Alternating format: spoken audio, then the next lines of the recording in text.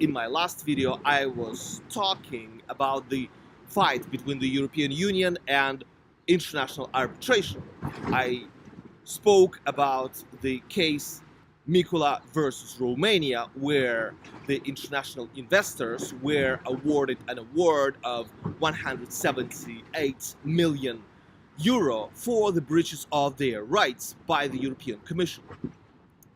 So in that video, I have predicted that the European Court of Justice would annul all the intra-EU BATs, so in other words, the bilateral investment treaties concluded between the member states of the European Union in a retrospective manner by the way of judicial interpretation.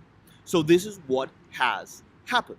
This is a proof that my predictions are absolutely accurate and what I say becomes reality. It's true. So let's take a look at the case Achmea versus Slovakia. So in Achmea versus Slovakia, a Dutch company starts investment in Slovakia, and then suddenly the Slovakian government takes a decision to prohibit all the distribution of profits generated by private sickness insurance companies. This is a very crazy decision. This is a very stupid decision. However, this is what has happened. So the Dutch company goes to the international arbitration and gets a compensation of the losses at the level of 22.1 million euro. And then we come to the execution stage. At the execution stage, the German Federal Court of Justice decides to make a preliminary reference to the European Court of Justice. As I have told in my previous video, at the moment where your arbitration case comes before the European Court of Justice, this is your defeat. So the European Court of Justice decides to annul all the bilateral investment treaties concluded between member states of the European Union, within the European Union. By the way, let's take a look at the position of the Federal Court of Justice. The Federal Court of Justice says that, first of all, the European law is not necessary in this case. The Achmea case is decided exclusively on the basis of international investment law. And the European law is not necessary at all. It is not pertinent. We do not even read it because it has no sense. This is not a matter that is regulated by the European Union. And then the second point of the Federal Court of Justice is that the German courts would prohibit the execution of the award if it were in a conflict with the European law. So the German courts said that they will not execute any award that is in a contradiction if the international investment law is in a contradiction with the European law. This is their position. So the European Court of Justice replies with three arguments.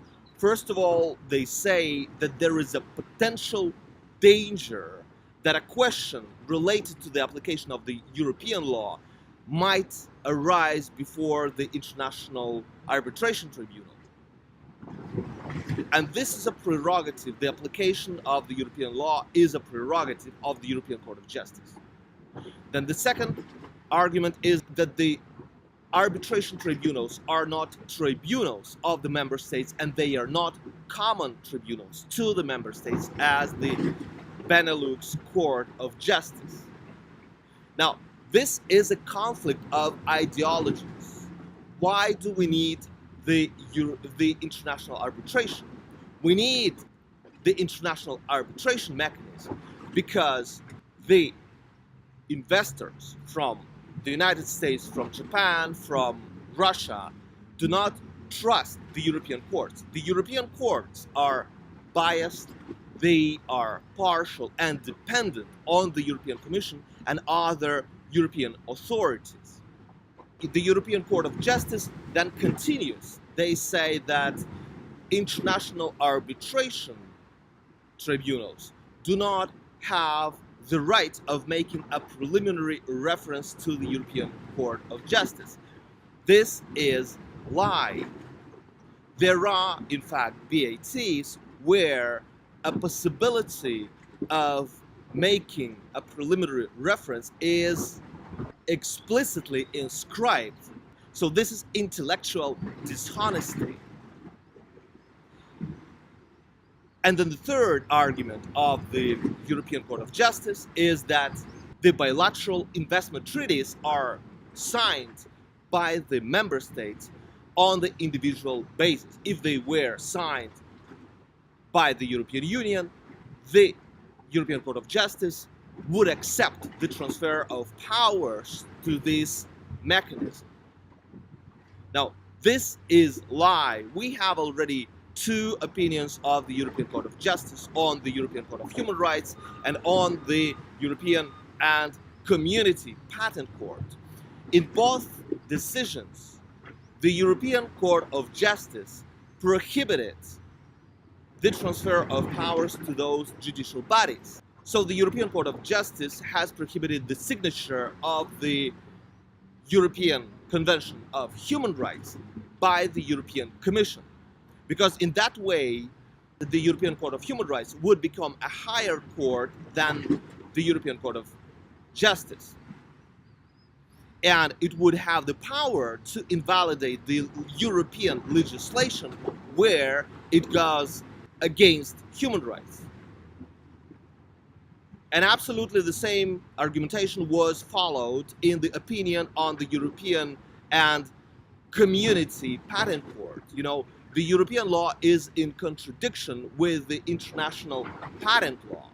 So this is why the European Court of Justice was so afraid of making the European and Community Patent Court, in fact, higher than itself.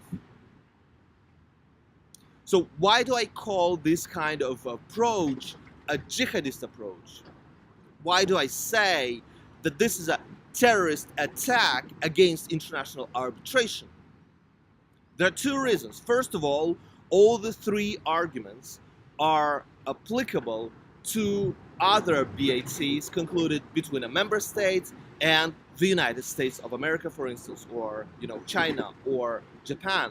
So those BATs, external BATs, are signed on an individual basis. They create a new judicial mechanism which is not a part of the internal judicial system, and then that arbitration tribunal might deal with the question of applying the European law. And it would apply the European law in an independent manner. This is the most scary thing for the European authorities. A judicial body absolutely independent and applying the European law. This is scary. And the second reason is that if we allow the European Union to use its internal legislation to invalidate a BAT, then we will have to recognize the same right for Russia, for the African Union, and for China. This would be a collapse of the system. So this is my next prediction. The European Union will fail. This project of destroying the international arbitration system will not work. The ICSID and Uncentral tribunals will continue as before, and their awards will be respected. If you want to get more updated videos on the case law of international arbitration, European law, and human rights, then subscribe to my channel.